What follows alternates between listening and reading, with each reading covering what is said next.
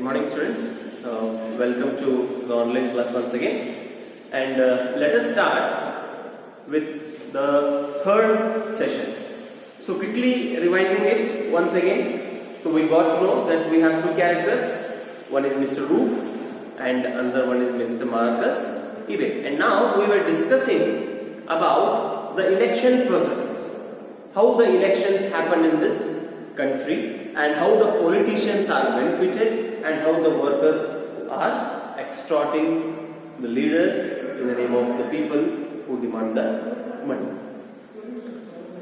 And you have to remember that Roof was very much respected by the people of Umofia, and Mark Sive's party is PAP, People Alliance Party, and he was the Minister of Culture. And in the recent elections, he had got warning from Mr. Roof that the people are thinking of a change. ಜನರು ಒಂದು ಬದಲಾವಣೆಯನ್ನು ಬಯಸ್ತಾ ಇದ್ದಾರೆ ಅಂತ ಹೇಳಿ roof ಏನು ಮಾಡಿರ್ತಾರೆ, warning ಅನ್ನ ಕೊಟ್ಟಿರ್ತಾರೆ. Okay, so let us continue page number 108. Now, as well the night he remained devoted to his people. Whenever he could, he left the good things of the capital and returned to his village, which had neither running water nor electricity. Although he had lately installed a private plant to supply electricity to his new house, he knew the source of his good fortune. Unlike the little bird who ate and drank and went out to challenge his personal spirit, Marx had christened his new house, Umofia Mansions, in the honor of his village, and he had slaughtered 5 bulls and countless goats to entertain the people on the day it was opened by Archbishop. Okay, so in this paragraph we get to know that how much Mr. Marx Ibe has grown. Earlier he was a mission school teacher, and that too he was not a successful mission school teacher, but ಈಗ ಏನಾಗಿದ್ದಾನೆ, minister ಆದ ನಂತರ ನೀವು ಅವನು ವೈಭವವನ್ನು ನೋಡಬಹುದು. Now here they say that after returning back to his village, he has not forgotten his people. He is devoted to them, and people have seen that he had built a very big mansion. ತನಗೋಸ್ಕರ ದೊಡ್ಡ ಮನೆಯನ್ನು ಕಟ್ಕೊಂಡಿದ್ದಾನೆ. And there was no electricity, so he has installed a private personal generator for himself. And then he says that during the opening of his house, that is called house opening ceremony, that he had named his house Umofia Mansion. So this is for 1 month, and they may be asked that what was the name of mansion of Marx Ibe. Marx Ibe ತನ್ನ building ಏನ್ ಹೆಸರು ಇಟ್ಟಿದ್ದಾನಪ್ಪ ಅಂತಂದ್ರೆ ಉಮೋಫಿಯಾ Manson. Manson ಅನ್ನೋದು ದೊಡ್ಡ ಅರಮನೆಗೆ ನಾವು ಏನಂತ ಕರಿತೀವಿ, ಮ್ಯಾನ್ಸನ್ ಅಂತ ಕರಿತೀವಿ. ಮ್ಯಾನ್ಸನ್ ಅಂತ ಉಮೋಫಿಯಾ ಮ್ಯಾನ್ಸನ್ ಅಂತ ಯಾಕಿಟ್ಟ? He wanted to show that he had something there in his heart for his people. ತಮ್ಮ ಊರಿನ ಜನರ ಮೇಲೆ ಇರ್ತಕ್ಕಂಥ ಅಭಿಮಾನಕ್ಕೆ ತೋರಿಸೋಕೆ ಅಂತ ಹೇಳಿ ಮಾಡಿದ್ದಾನೆ. ಆ ಒಂದು ದೊಡ್ಡ ಮನೆಯನ್ನು ಕಟ್ಕೊಂಡಿದ್ದಾನೆ, ಅದಕ್ಕೊಂದು ದೊಡ್ಡ ಜನರೇಟರ್ ಇದ್ದಾವೆ, ಆಮೇಲೆ ದೊಡ್ಡ ವೈಭವ ಇರ್ತಕ್ಕಂಥ ಮನೆ, ಅದಕ್ಕೆ ಹೆಸರಿಟ್ಟ ಉಮೋಫಿಯಾ ಮ್ಯಾನ್ಸನ್ ಅಂತ ಹೆಸರಿಟ್ಟ. And when he was christening ಅಂದ್ರೆ ನಾಮಕರಣ ಅನ್ನೋದನ್ನ ಕರಿತೀವಿ. ಇಲ್ಲಿ ಮನೆ ಓಪನಿಂಗ್ ಮಾಡ್ಬೇಕಾದ್ರೆ ಏನ್ ಹೇಳ್ತಾರೆ, he had slaughtered 5 bulls.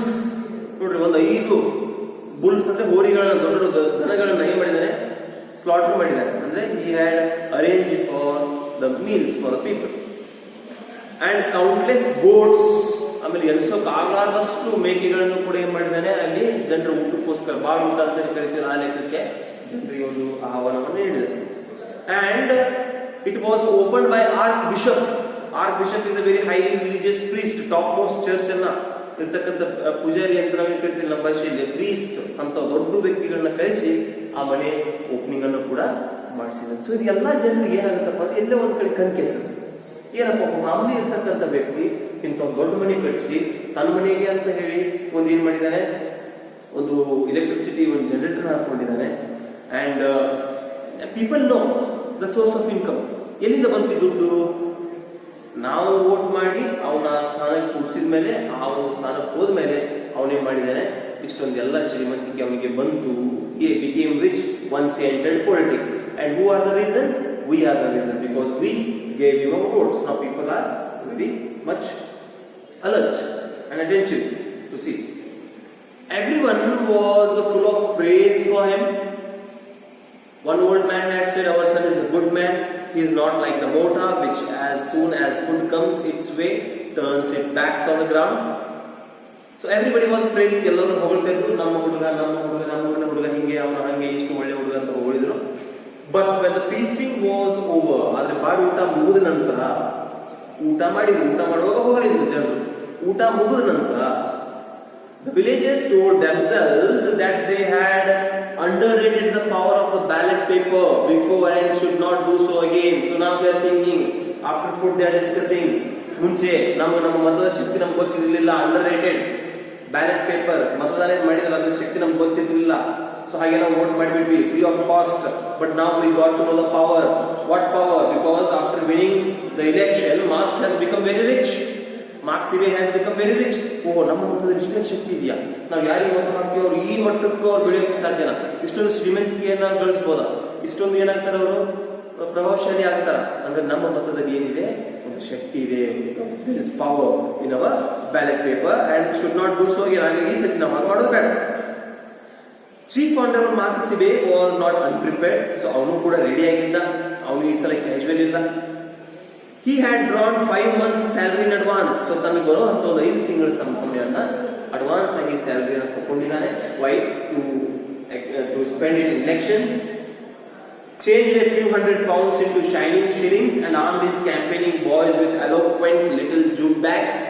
ಆಮೇಲೆ ದೊಡ್ಡ ದೊಡ್ಡ ನೋಟನ್ನ ಮುರಿಸಿ ಚಿಲ್ಲರೆ ಕಾಸು ಮಾಡ್ಕೊಂಡಿದ್ದಾನೆ. ಚಿಲ್ಲರೆ ಮಾಡಿ ತನ್ನ ಕ್ಯಾಂಪೇನಿಂಗ್ ಬಾಯ್ಸ್, ಪ್ರಚಾರಕರು ಏನಿರ್ತಾರಲ್ಲ, ಅವ್ರಿಗೆ ಒಂದು ಬ್ಯಾಗ್ ಕೊಟ್ಟಿದ್ದಾನೆ. ಬ್ಯಾಗ್ ಎಲ್ಲ ದುಡ್ಡನ್ನ ಕೊಟ್ಟಿದ್ದಾನೆ ಜನರಿಗೆ ಹಂಚಲಿ ಅಂತ. ಅಂದ್ರೆ ಈಗ ಅವ್ರಿಗೆ ಗೊತ್ತಾಯ್ತು, ಈ ಸತಿ ಅವ್ನ ದುಡ್ಡನ್ನ ಹಂಚಲಿಲ್ಲ ಅಂದ್ರೆ ಅವನ ಮತ್ತೆ ಅಧಿಕಾರಕ್ಕೆ ಬರೋದಿಲ್ಲ. ಸೊ ನಾವು here he is ready to give money to people. ಜನರಿಗೆ ದುಡ್ಡನ್ನ ಕೊಡ್ತಾ ಇದ್ದಾನೆ, ದುಡ್ಡನ್ನ ಆವೇಶವನ್ನು ಮಾಡ್ತಾ ಇದ್ದಾನೆ. ಯಾಕಂದ್ರೆ ಮತ್ತೆ ಬಳಿ ಏನ್ ಬರಬೇಕು, ಅಧಿಕಾರಕ್ಕೆ ಬರಬೇಕು ಅಂತ. ಇಂದರೆ he made his speeches. ಅವರಲ್ಲಿ ಅವನು ಪ್ರಚಾರ ಮಾಡ್ತಿದ್ದ, ಬಹಿರಂಗವಾಗಿ ಪ್ರಚಾರ ಮಾಡ್ತಿದ್ದ, ಸ್ಪೀಚಸ್ ಮಾಡ್ತಿದ್ದ. At night his stalwarts conducted their whispering campaigning. Roof was the most trusted of his campaign. ಸಾಯಂಕಾಲ ಹೊತ್ತು ಕದ್ದು ಮುಚ್ಚಿನ ಪ್ರಚಾರ ಮಾಡ್ತಿದ್ರು. ಕದ್ದು ಮುಚ್ಚಿನ ಪ್ರಚಾರ ಮಾಡೋದ್ರೆ ಮನೆ ಮನೆಗೆ ಹೋಗೋದು, ದುಡ್ಡನ್ನು ಹಂಚೋದು, ಆವೇಶನ ಮಾಡೋದು, ಅವ್ರಿಗೆ ಯಾವುದೇ ರೀತಿಯಿಂದ ಕನ್ವಿನ್ಸ್ ಮಾಡಿ ಇವ್ರ ಕಡೆಗೆ ಸೆಳೆಯೋದು.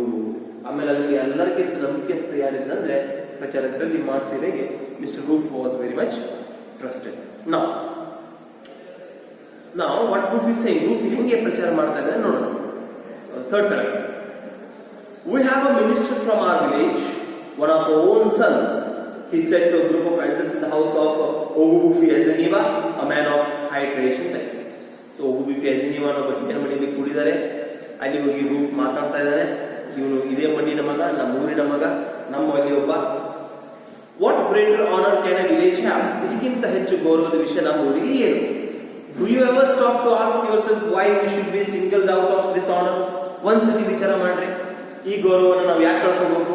It means is trying to convince them to again vote for Marks ಇವೆ. ಅವ್ನು ಏನ್ ಹೇಳ್ಬೇಕಂತ ಮಾಡಿದಾನೆ, ಮತ್ತೆ ಅವನ ಮಾರ್ಕ್ಸ್ ಇವೆಗೆ ವೋಟ್ ಮಾಡೋಣ, ಮತ್ತೆ ಅವನ ಆಗಲಿ, ಮತ್ತೆ ಮಿನಿಸ್ಟರ್ ಆಗಲಿ, ನಮ್ಮ ಊರಿನವನೇ ಒಬ್ಬ ವ್ಯಕ್ತಿ ಏನಾಗ್ಲಿ ಮಿನಿಸ್ಟರ್ ಆಗಲಿ, ಈ ಒಂದು ಅವಕಾಶವನ್ನು ನಾವು ಯಾಕೆ ಕಳ್ಕೋಬೇಕು? ವಿಚಾರ ಮಾಡ್ರಿ. Why you are changing your mind? Why you people want to change this time? Why want to give your votes to some the third person who is not our own? ನಮ್ಮಲ್ಲಿ ಅಲ್ಲ ಅವನು, ಅವ್ನಿಗೆ ಯಾಕೆ ವೋಟ್ ಕೊಡಬೇಕು ಅನ್ನುವಂಥ ಒಂದು ವಿಚಾರವನ್ನ roof is manipulating, is playing with their minds. I will tell you, it is because we are favored by the leaders of PAP. Favored by PAP ಅಂದ್ರೆ ಪಾಪ ಪಕ್ಷದವರ ಲೀಡರ್ಸ್ ನಮ್ಮ ಮೇಲೆ ಫೇವರ್ ಆಗಿದ್ದಾರೆ. ಯಾಕಂದ್ರೆ ನಾವೆಲ್ಲರೂ ಯಾರಿಗೆ ನಾವು ವೋಟ್ ಮಾಡಿದ್ವಿ, ಮಾರ್ಕ್ಸ್ ಇವೆ ವೋಟ್ ಮಾಡಿದೀವಿ, ಮಾರ್ಕ್ಸ್ ಅಲ್ಲಿ ನಮ್ಮ ಮಿನಿಸ್ಟರ್ ಆಗಿದ್ದಾರೆ. ಹಾಗಾಗಿ ಆ ಇಡೀ ಪಕ್ಷದ ಗಮನ ನಮ್ಮಲ್ಲಿದೆ. ಆಮೇಲೆ ನಮಗೆ ಫೇವರ್ ಮಾಡ್ತಾರೆ. Whether or not we cast our paper for Marcus, PAP will continue to rule. ಇಲ್ಲಿ ಹೇಳ್ತಾರೆ ನೋಡ್ರಿ, ಮತ್ತೆ ನೀವು ಏನ್ ಮಾಡ್ಬೋದು ಬಾಳ ಅಂದ್ರೆ ಮಾರ್ಕ್ಸ್ ಇವೆಯನ್ನ ಸೋಲಿಸಬಹುದು. You may defeat this candidate, but remember one thing, ruling party ಯಾರ್ದಾಗಿರುತ್ತೆ? PAP ಪಕ್ಷದಾಗಿರುತ್ತೆ. ಈ ಒಂದು ಕ್ಷೇತ್ರದಲ್ಲಿ ನೀವೇನ್ ಮಾಡಬಹುದು, ಯು ಮೇ ಮೇಕ್ ಮಾರ್ಕ್ಸ್ ಇವೆ ಲೂಸ್. ಮಾರ್ಕ್ಸ್ ಇವೆಯನ್ನ ನೀವು ಇಲ್ಲಿ ಸೋಲೋನ್ ಮಾಡಬಹುದು. ಆದ್ರೆ ಅದರಿಂದ who is going to be on the side of loss? Who will be loser? You people. Why? Because even though you will defeat Marks Ive this time in elections, you will not give it to vote, but who is going to rule? ಆಡಳಿತದ ಪಕ್ಷ ಯಾರು ಬರುತ್ತೆ ಅದನ್ನ ಬಿಟ್ಕೊಡ್ರಿ, ಇದೇ ಪಕ್ಷದ ಬರುತ್ತೆ. So ಅವಾಗ ಆಡಳಿತ ಪಕ್ಷ ಇದಾದ್ರೆ ನಮ್ಮಲ್ಲಿ ಈ ಪಕ್ಷದ ಅಭ್ಯರ್ಥಿಯನ್ನು ನಾವು ಸೋಲಿಸಿದ್ರೆ ಅವ್ರು ನಮ್ಮ ಕಡೆ ಏನ್ ಮಾಡೋದಿಲ್ಲ, ಗಮನವನ್ನ ಹರಿಸೋದಿಲ್ಲ. ನುಕ್ಸಾನ್ ಯಾರಿಗಾಗುತ್ತೆ? ನಮ್ಗಾಗುತ್ತೆ ಅನ್ನೋ ಮಾತನ್ನ ಏನ್ ಮಾಡ್ತಾನು ಹೇಳ್ತಾರೆ. Think of the pipe bore water they have promised us. So please remember this time if PAP will win. ಈ ಸತಿ PAP ಪಕ್ಷವನ್ನು ನಾವು ಗೆಲ್ಲಿಸಿದ್ದಾರೆ, ನಮ್ಮೂರಿಗೆ ಪೈಪ್ ಬೋರ್ ವಾಟರ್ ಬರುತ್ತೆ, ಅದು ಮನೆ ಮನೆಗೆ ನಳದ ಕನೆಕ್ಷನ್ ಕೊಡ್ತಾರೆ. ಇದು ಈ ಸತಿ ಅವರು ಮ್ಯಾನಿಫೆಸ್ಟೋ, ಈ ಸತಿ ಇದು ಅವರ ಇಲೆಕ್ಷನ್ ಅಲ್ಲಿ ಮ್ಯಾನಿಫೆಸ್ಟೋ ಪಕ್ಷದ ಏನು, if we will win this election this time we will give all the houses to the pipe borne water, means tap connections. Now besides Roof and his assistant, there were 5 elders in the room. Roofin ಜೊತೆ ಅವರ assistant ಜೊತೆ ಇನ್ನು ಎಷ್ಟು ಜನ ಇದರಲ್ಲಿ? ಒಂದು 5 ಜನ ಹಿರಿಯರು ಅವರು ಆ ರೂಮ್ ಅಲ್ಲಿ ಇದ್ರು. An old hurricane lamp with crooked sooty glass chimney gave yellowish light in their midst. So ಅಲ್ಲಿ ಮಧ್ಯದಲ್ಲಿ ಕರೆಂಟ್ ಇಲ್ಲ, ಒಂದು ಚಿಮ್ನ ಹಾಕಿದ್ದಾರೆ, ಚಿಮ್ನದಲ್ಲಿ ಬತ್ತಿ ಹಾಕಿದ್ದಾರೆ, ಅದು ಒಂದು ಸ್ವಲ್ಪ ಲೈಟ್ ಯೆಲ್ಲೋವಿಶ್ ಕಲರ್ ಟೈಪ್ ಎನ್ವೈರನ್ಮೆಂಟ್ ಇದೆ ಆ ಮನೆಯದು. The elders sat on a very low stools. ಹಿರಿಯರು ಒಂದು ಚಿಕ್ಕ ಮನೆ ಹಂತದ ಮೇಲೆ ಎಲ್ಲರೂ ಕೂತ್ಕೊಂಡಿದ್ದಾರೆ ಸರ್ಕಲ್ ಮಾಡ್ಕೊಂಡು. On the floor directly in front of each of them lay 2 shilling pieces. Silent gold. ಎಲ್ಲ ಹಿರಿಯರ ಮುಂದೆ ಅವರು ಮುಂದೆ ಬ್ಯಾಂಕ್ ಎಷ್ಟೆಷ್ಟು ದುಡ್ಡನ್ನ ಕೊಟ್ಟಿದ್ದಾನೆ ಮಿಸ್ಟರ್ ರೂಫ್ ಈಗಂದ್ರೆ ಅವ್ರಿಗೆ 2 shillings. ಅವ್ರು ಎದಕ್ಕಿದು? ಅವ್ರ ಪಕ್ಷಕ್ಕೆ ವೋಟ್ ಹಾಕೋಕೆ ಹಣವನ್ನ ಹಂಚ್ತಾ ಇದ್ದಾರೆ. ಎಷ್ಟೆಷ್ಟು ಶಿಲಿಂಗ್ಸ್? 2 shillings. Outside beyond the fastened door, the moon kept a straight face. And already, moon kept a straight face. It's already too late. It is late in the night, and Mr. Roof has given 2 shillings per person. ಒಬ್ಬೊಬ್ಬರಿಗೆ 2 shillings ಅನ್ನ ದುಡ್ಡನ್ನ ಹಂಚಿದ್ದಾರೆ. We believe every word you say to be true. Said as ನೀವು ಅದರಲ್ಲಿ ಒಬ್ಬ ಹಿರಿಯ ಹೇಳ್ತಾರೆ, yes, Mr. Roof, ನೀ ಏನ್ ಹೇಳ್ತೀಯ ಎಲ್ಲ ಒಪ್ಕೊಳ್ತೀವಿ, ಇನ್ನೊಂದೆಲ್ಲ ಕರೆಕ್ಟ್, ಎಲ್ಲ ಸತ್ಯ, ಒಪ್ಪೋಣ, ಈ ಸತಿ ಮತ್ತೆ ಮಾರ್ಕ್ಸ್ ಇವನ್ನ ಗೆಲ್ಸೋಣ. ಆದ್ರೆ we shall every one of us drop his paper for Marcus. ನಾವೆಲ್ಲರೂ ಯಾರಿಗೆ ಹಾಕ್ತೀವಿ ವೋಟು? ಮಾರ್ಕ್ಸ್ ಇವಿಗೆ ಹಾಕ್ತೀವಿ. ನಾವೇನು ಈ ಸತಿ ನಮ್ಮ ಮತವನ್ನ ಬೇರೆ ರೀತಿ ಚಲಾಯಿಸೋದಿಲ್ಲ. Will vote for Marcus. Who would leave an ozo feast and go to a poor ritual meal? ಇಲ್ಲೊಂದು ಇಷ್ಟೊಂದೆಲ್ಲ ಮಿಷ್ಟಾನ ಭೋಜನ ಇಲ್ಲಿ ಇದ್ರೆ, ಒಂದು ಅಂದ್ರೆ ಆಲ್ ದ ಫೆಸಿಲಿಟಿ ಮಿಷ್ಟಾನ ಭೋಜನ ಇದ್ರೆ ಯಾರು ಆಕಡೆ ಹೋಗಿ ಒಂದು ಈ ತಂಗಳು ರೊಟ್ಟಿ ತಿನ್ನುವಂತ ಕೆಲಸ ಮಾಡ್ತಾರೆ? ಅದರ ಅರ್ಥ ಏನು? ಇಲ್ಲಿ ಒಂದು ದೊಡ್ಡ ಪಕ್ಷ ಇದೆ, ಹೌದಾ, ಇಲ್ಲಿ ನಮ್ಮ ಸವಲತ್ತು ಹೆಚ್ಚಿದೆ. ಸೊ ಇಂಥ ಒಂದು ಪಕ್ಷನ ಬಿಟ್ಟು ಆ ಕಡೆ ಒಂದು ನಾರ್ಮಲ್ ಊಟಕ್ಕೆ ಯಾರು ಹೋಗ್ತಾರೆ? ಇಲ್ಲೊಂದಿಷ್ಟೆಲ್ಲ ಮಿಷ್ಟಾನ ಭೋಜನ ರಾಜಭೋಜನ ಇದ್ದಾಗ ಅಲ್ಲಿ ನಾರ್ಮಲ್ ಊಟಕ್ಕೆ ಯಾರು ಹೋಗ್ತಾರೆ ಹೇಳಪ್ಪ? Mister Rauf, I agree with you ಅಂತ ಹೇಳಿ ಅವ್ರು ತಮ್ಮ ಸಮ್ಮತಿಯನ್ನು ವ್ಯಕ್ತಪಡಿಸ್ತಾರೆ. ಬಟ್ ನಾವು they are going to question. ಇನ್ನು ಮುಂದೆ ಬರುತ್ತೆ ನೋಡಿ, ಇನ್ನು ಕೇಳ್ತಾರೆ, ಹೌದು ನಾವು ರೆಡಿ, ನೀನು ಹೇಳೋದೆಲ್ಲ ಹೋಗ್ತೀವಿ, ನೀ ಏನ್ ಹೇಳ್ತೀವಿ ಎಲ್ಲ ಸರಿ, ಇಲ್ಲೇ ಮಾಡೋಣ, ಆದ್ರೆ ಅನ್ನುವಂತ ಪ್ರಶ್ನೆ. ಯಾಕೆ ಎಷ್ಟು ಕೊಟ್ಟಿದ್ದಾರೆ ಈಗ ಅವ್ರಿಗೆ? 2 shillings ಅನ್ನ ಕೊಟ್ಟಿದ್ದಾರೆ. 2 shilling ಅನ್ನ ಫಸ್ಟ್ ಅಲ್ಲಿ ಕೊಟ್ಟಿದ್ದಾನೆ ರೂಪು. ಈಗ ಮುಂದೆ ಅವ್ರು ಏನ್ ಡಿಮಾಂಡ್ ಮಾಡ್ತಾರ ನೋಡೋಣ. ನೋಡ್ರಿ students, how the voters are. They have given him 2 shillings. Last year they have voted him for free, but this year they want some money, and already Roof has paid him 2 shillings, paid them 2 shillings. 2 shillings already ಕೊಟ್ಟಿದ್ದಾನೆ, but they are not satisfied. They are not satisfied. They want something more. Okay, so let us see in the next class how they demand for the more money. ಹೇಗೆ voters ಇನ್ನು ಹೆಚ್ಚು ಹಣಕ್ಕೆ ಅವ್ರು ಏನ್ ಮಾಡ್ತಾರೆ, ಅವ್ರ demand ಮಾಡ್ತಾರೆ. how they are going to put out their demand and whether Roof is going to fulfill it or not, we shall see in the next class. So here today's class we shall see 1 marks question. What may be asked is a very important 1 marks question.